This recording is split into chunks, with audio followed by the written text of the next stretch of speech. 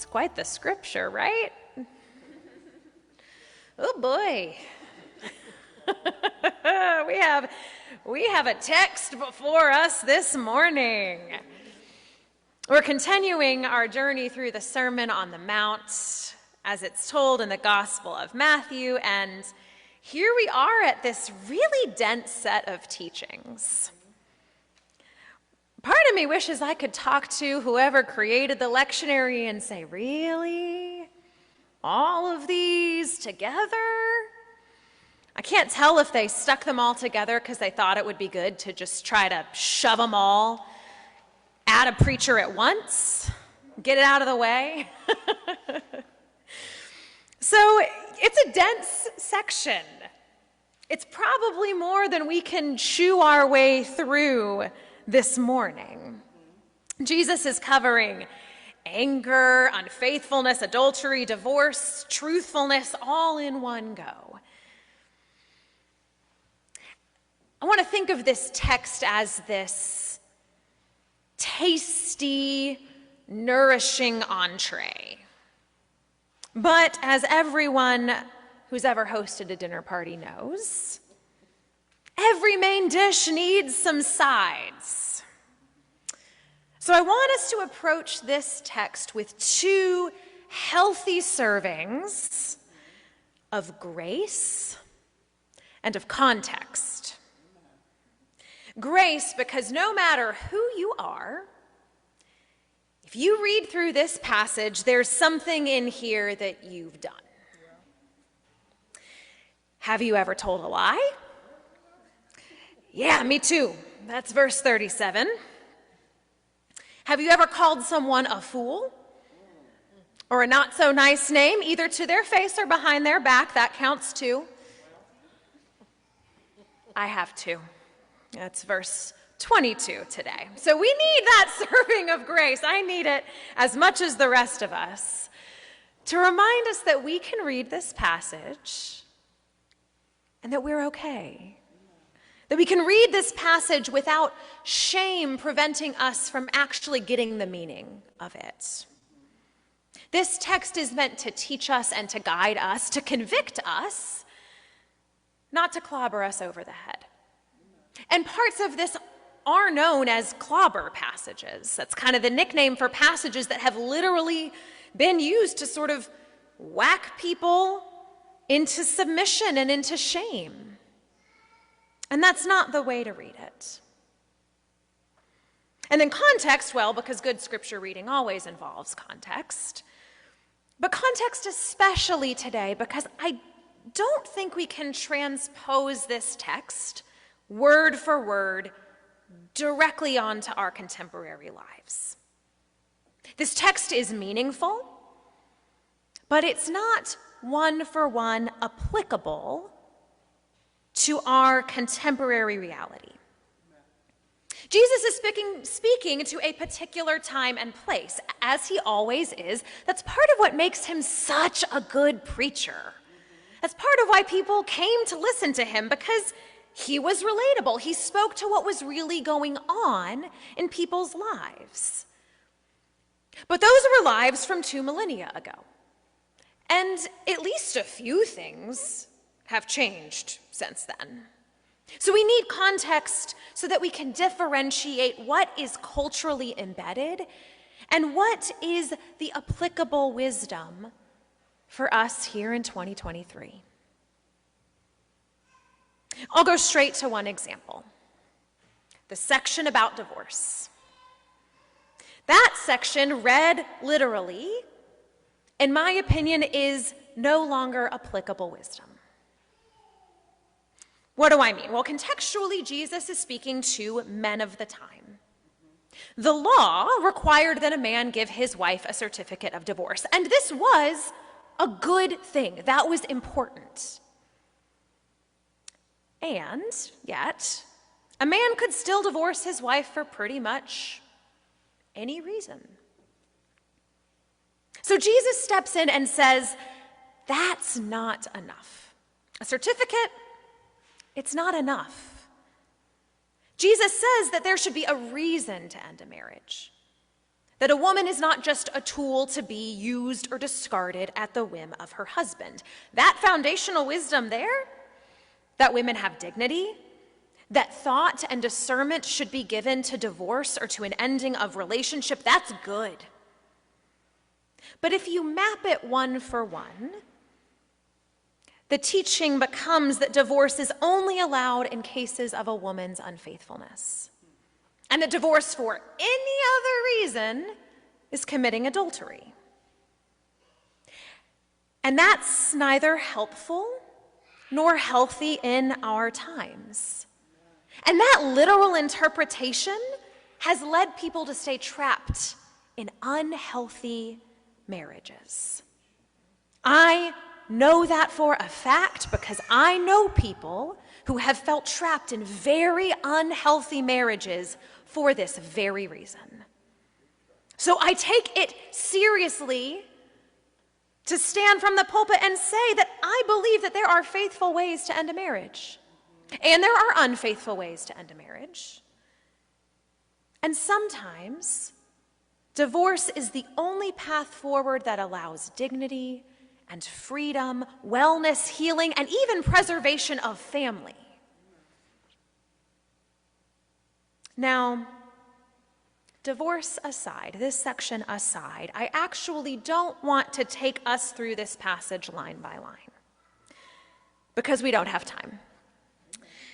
And because I don't want us to read it as a to-do list from Jesus. This isn't like some sort of checklist that we just need to tick some boxes, feel good, go home, the end. I want us to actually read it for the broader themes at work and to think about how to integrate them into our own experiences. This cluster of teachings has something in common. They're all about relationship. How do we live in intentional, good faith relationships with one another? And specifically, how do we manage anger and conflict in those relationships? Anger and conflict. A lot of people get real squirrely around those words, especially in church. Oh, we never have conflict here. Everything's smooth sailing at church. I'm never irritated in a committee meeting. I just love everyone too much. And I would never be angry at one of the pastors. They're just perfect. And angry at God? Oh my gosh, that's not even possible. We can't be angry. We're called to be peacemakers. Maybe I'm being a little overdramatic, but there's something there. We don't like to talk about anger and conflict at church. And Pastor Veronica, she preached about peacemaking just a couple of Sundays ago. And she reminded us that peace is not the absence of conflict. Peace and anger, peace and conflict, they're not antithetical to one another. Today's text, I think, builds on that, showing us how we might approach conflict in a faithful way. Too often, we try to tamp down our anger and avoid conflict. But as probably most of us have learned in our lives, that does not make it go away. As one of my supervisors once said about our emotions, if you smush it down, it's just going to come out weird. Have you ever had it come out weird? You're really angry with a friend, but you don't know how to talk about it with them. So you just tamp it down and tamp it down and tamp it down, and the next thing you know, you're losing it on your spouse about the dishes. But you're not really angry about the dishes. You're angry with your friend, and it's coming out weird at someone you don't intend it to. Or you're upset about a situation at work, but you feel like you can't bring it up, so you tamp it down and you tamp it down and you squish it down until you're full of rage and you're driving so aggressively up and down Lakeshore Drive. It's coming out weird. Anger happens. It's unavoidable. Everyone feels it. Here's a little bit of therapist Sarah coming out. I say this a lot in my sessions, especially when I'm working with kids and teenagers. Anger is one of our many human emotions, as normal and valid as any other. And like any emotion, anger gives us information if we listen to it. It tells us something.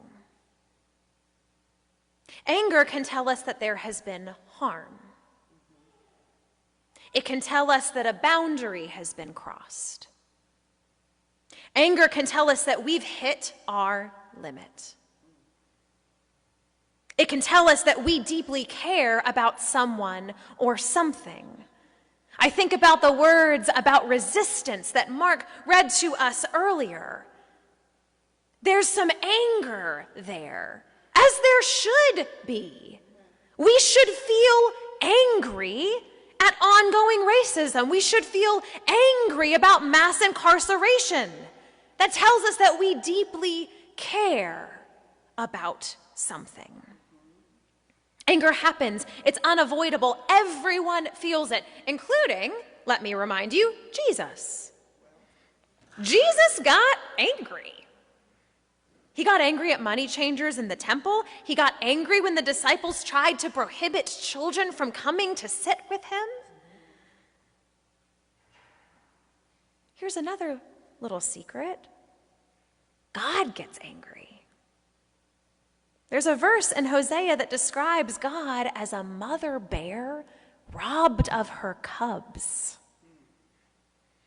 Now, thankfully, I've never encountered a mother bear robbed of her cubs, but several National Park Junior Ranger programs assured me that that's dangerous, and that's something that you don't want to see. Anger in and of itself is not bad, but we need to be careful in what we do with that anger and how the anger impacts our behavior. Here's where Jesus steps in. In each of these teachings, Jesus expands on an existing law, inviting us into deeper intention and engagement with these ethical principles. The law, the sixth commandment, in fact, says, "Do not murder." Jesus says, that's not enough. Let's not stop there. It's not enough to just not murder someone when you're angry. Not murdering someone is a good starting point, but we as Christians are called to go further than that. Jesus says that we also shouldn't insult people or call them names. We shouldn't express our anger in unhealthy ways. We shouldn't engage in physical violence, verbal abuse, shaming, ostracizing. We shouldn't dehumanize other people in the midst of our anger. Instead, we have to find ways to honor our feelings and communicate them safely. We have to be intentional. We have to be mindful of our relationships with one another. We have to learn to disagree well. Just as anger is unavoidable, so is conflict. But that never stopped anyone from trying. Most of us try desperately to avoid conflict. When you go through the process of ordination, at least with the American Baptists, you have to do this psychological assessment. I thought it was really fun, which I was told was not the way most people feel about it. But as someone who has been in therapy relationships for a lot of her life, I was like, bring it on. Let's talk. And one of the things that I talked about with the evaluator is that I am conflict avoidant. I don't like it. I don't want it. I try to get out of it. And we had a good conversation about how, as a pastor, I can't do that. It's not healthy. For me, it's not healthy for a congregation. And just as that's true for me, I think that's true for all of us. Just like anger, we have to learn that conflict in and of itself is not bad. Healthy conflict can actually help us make better decisions and see things in a different way. Well-managed conflict can even build community, bringing a group together to really listen and process and move forward. Most of us don't do this, though, because it's scary and vulnerable and hard. But the truth is, avoiding conflict or pushing it down can lead to resentment and stress, unspoken assumptions that damage our relationships. The stress builds up in our nervous systems, and it's actually really bad for us physically and mentally and spiritually. I've experienced this in personal relationships, workplaces, and yes, in churches. I've been in many church communities where the inability to address conflict led to serious rifts in congregational life. It's been painful. And it's a shame because Jesus gives us a guide on how we could do it. Jesus teaches us how to disagree well. He says we should do our best to be direct and honest with one another and to do so in a timely way, to not let it sit and fester. Now, practically speaking, this requires us to step back and go inward. Maybe that's part of why Jesus mentions coming to the altar. We come to church, or we enter a time of prayer, or we talk to a therapist, and we have a chance to examine what's actually going on inside of us. We examine why we're upset, what's actually going on. We consider our relationship to the other person. Who are they to us? And who are we to them? We think about what it might take to move forward. And it's only after that sort of examination that we can directly communicate, because then we actually know what's going on. We've moved from a place of raw emotion to a place where we can actually articulate our feelings. Then we can go to the individual with honesty and with a willingness to listen in return. I reflected on a number of conflicts in my own life in preparing this sermon. I feel like that's sort of a requirement to preaching this text. I thought about conflicts that I feel I've managed well, and ones that I know that I did not. And pretty consistently, as I thought about it, the ones where there was a resolution, where there was growth, where the relationship moved forward, were ones where I did this. I examined myself. I had a conversation. I was honest. In this passage, Jesus tells us that it's not enough to do the minimum. It's not enough to not murder. It's not enough to not treat someone as a sexual object. It's not enough to just give someone a certificate and send them away. It's not enough to not swear falsely. All of these don'ts help us live in society. They're pretty good rules for maintaining a community, but they're really just the beginning of how to be in relationship. And Jesus spends time on all of this because relationships matter to God. Our lives are these beautiful webs of relationship, friendships, family, chosen family, coworkers, roommates, people that we date, spouses, neighbors, fellow congregants. The gift of human relationship is one of the ways that we experience the divine. But broken relationships can harm us and perpetuate even more broken relationships. That's the thing about webs, right? They're interconnected. Our ability to disagree well to faithfully respond to anger and conflict impacts our entire network, including our relationship with God. Because if we're belittling someone out of resentment or calling someone a name behind their back, we're doing that to one of God's children. If we're telling lies, or if we're treating someone like they're just a thing that we can use and dispose of, we're doing that to one of God's children. And that's going to impact our understanding of God's work in the world. We have to learn to see others, including the people with whom we're angry, including the people with whom we have conflict, as a good creation of God. That doesn't mean we have to agree with their actions. That doesn't mean we even have to like them all that much. But we have to see them as a creation and child of God. And the church, like the church at large and our church, I think has this amazing opportunity to be an example of this for the wider society. I don't know if you've noticed, but our society isn't good with conflict. We create this binary.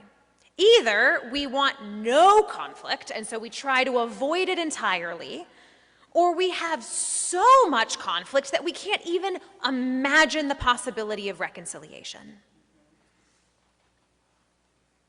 The church could be a place to show something different. Think about it. Our church, all of us I'm looking at right now, it's a collection of some pretty different people. We've got different experiences and viewpoints, and yet we've committed to living together. Do you know how rare this is? I feel like we don't acknowledge that enough, how rare it really is to come together with a group of people who are pretty different from you and say, you know what? I want to journey with you. I want to learn with you. There's not a lot of spaces like this where you truly live alongside such a diverse group of people. And because we're doing that, of course, we're going to have conflict sometimes. It would be pretty eerie if we didn't. If we all thought all the same things all the time, that would freak me out. It's good that we are different. And in that, we can show others that this is a space where we practice working through it, where we practice directness and honesty and listening. And if we do that, it will change us. Did you know that we're changing each other all the time? Just by sitting in the same room, our brains and our nervous systems are communicating with one another and changing one another, that our spirits are changing just by being here. So if we do this, if we're direct, if we're honest, it's going to change us. And it will change how we show up in other parts of our lives, which in turn will change those relational spaces. To be a peacemaker, especially in this troubled world, is not to be passive or avoidant. It is to faithfully engage our relationships with directness and truthfulness, and at the same time to hold on to this tender possibility of reconciliation and of grace. Amen.